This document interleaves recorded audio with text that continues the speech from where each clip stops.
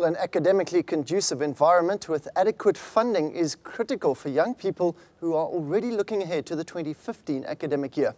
The Pan-African Students Movement of Azania had a conference recently.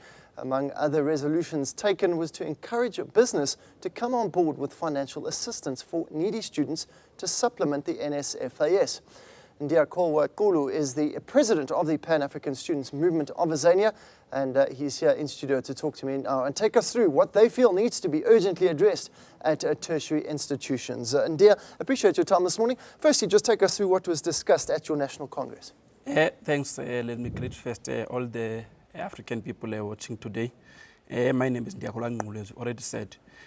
We are just from recently the Pasma National Conference. Chief, amongst other issues that have been discussed, is the lack of funding. We feel that there are many students that are passing grade 12 and who some of them do qualify to be integrated institutions. However, the financial need remains a process.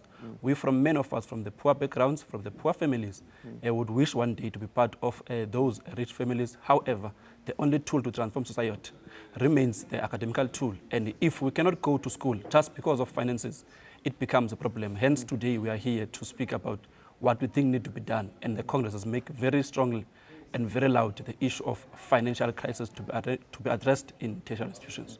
Is what you're saying business needs to just come on board? What about government as well? Yes, you see, in the report that has been made by the Ministerial Committee on nsfas review, it has stipulated very clear that currently nsfas only got its funding from government, and there have not yet been any businesses that have been clear to say we are on board, we are contributing this much yearly, which there are so many businesses within the country. We have Lomnin, we have many big businesses which we need them to contribute in the development of our own country as South Africa. But I guess a big problem is that you do have a high level of dropouts in universities, so it's often difficult for businesses to come on board. Should they support people who drop out? You see, at any time, we cannot at any time separate the issue of dropouts from the one of financial processes. I can tell you many cases in January where the processes of students who drop out of school just because financially they can't go to the next level, which you see that nsfas lacks still to fund many students. And many dropouts are either one, the family is poor at home, they can't sustain themselves at school. Two, some they've got debt at school, they cannot pay the initial payment to get in school. And three, some of those students are faced by backgrounds that are very disadvantaged where they come from, and they cannot sustain themselves within institutions. Hence, we still say dropouts cannot be separated in how to fund the process of education moving forward. Have you got plans in place to approach a business to try and get funding? Yes, we do as a student movement. We have recently discussed that. We have got a document that is titled Socialist Education. In the document, what is paramount that we're discussing is the issue that Department of Higher Education with the one of Basic Education have lowered the standards of passing grade 12, which have got direct impact on business being attracted to fund the students to go to school. For example, you will hear that there's an engineering company that says we need to fund students who have got 70% maths and physics, which by those students, even if they've got 39% maths in high school, they're being promoted to go to tertiary. Hence, we're saying we need to close these inequalities between basic education, higher education, and tertiary, and at some point have a legit and clear enforced law to say how must these businesses fund and what must they attract. You can't have a business, private sector, having its own requirements, and at the same time have government have its own requirements, because it simply means we need to bridge the gap between private and public sector so that at some point government can take the other percent and private can take the other percent. I think we're in a process to embark now to get to businesses if what skills they're looking for, how much can they fund in the process, because it is critical that they claim that sometimes the skills we produce at tertiary are not the skills they require. Hence, mostly they hire those people who are from private sectors, private schools to go to high work in their companies. Hence, we say possibly we need to have a clear deal to say which business are on board, what skills do they require, how much can they fund the moving process, because forward there are many students who qualify there, but they are not aware of this funding, and government is very far in distance from that private sectors. And Ndiya, let's leave finances because obviously that is a major issue. There are other things that are facing, challenges that are facing tertiary education, things like racism in university, the high prevalence of drug abuse, HIV and AIDS. Are you guys also putting a document together to try and address these issues? Yes, we are a student movement that stands for a non-racial society. In that process, we have engaged in many processes. I can count one. There is a policy that has been enforced in VETS, and I think in Tegis, that goes to discriminate students based on race and where they come from in terms of allocating them in school. And we have challenged that process to say, even if you are white, if you are poor, you are poor. Even if you are black, if you are rich, you are rich. It will not change. We can't act as if there are no people who are black, who are rich outside there. We can't act as if there are no people who are white, who are poor outside there. Hence we say we are not supposed to distinguish people based on black or white. We must stick to the process of we are poor students and we demand equal education. On the issue of drugs that we talk about that are there, the society we are on is very cruel to us. We have many processes. I think the administration of government is failing to administer who gets in, who gets out of the country. As a result, we have got many drugs that are laundering within the country, which we cannot claim where they come from, who produced them for the country. If there are countries like Thailand who catch a drug as soon as it enters South Africa, it means its administration is very low. However, as a student, we have made a very clear call. There is a student organization called SADA, Students Against Alcohol and Drug Abuse, which have been working hand in glove with Pasma in making sure that we look into who are supplying drugs in tertiaries or in communities so that we expose them to a process where we want to work hand in glove with SAPS to make sure that the drug usage and drug abuse in our society, we try to live in a drug-clean society.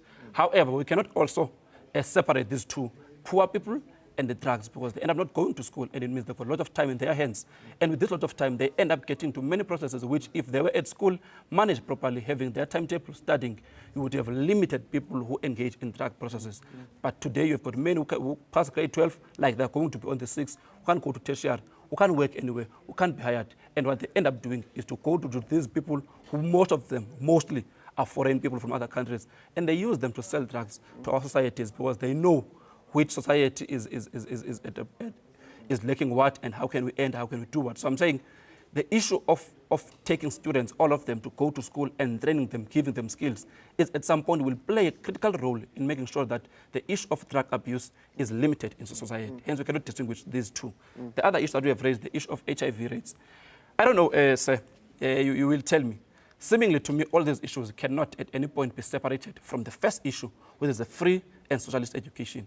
And if we can make that call, all of us, to take every student who qualifies to be tertiary at school, it will simply mean many issues have been addressed. The issue of drug abuse, the issue of HIV. You can go in many streets, young people are on streets selling themselves to all people to get money. Some not only for luxury life, but to feed their home.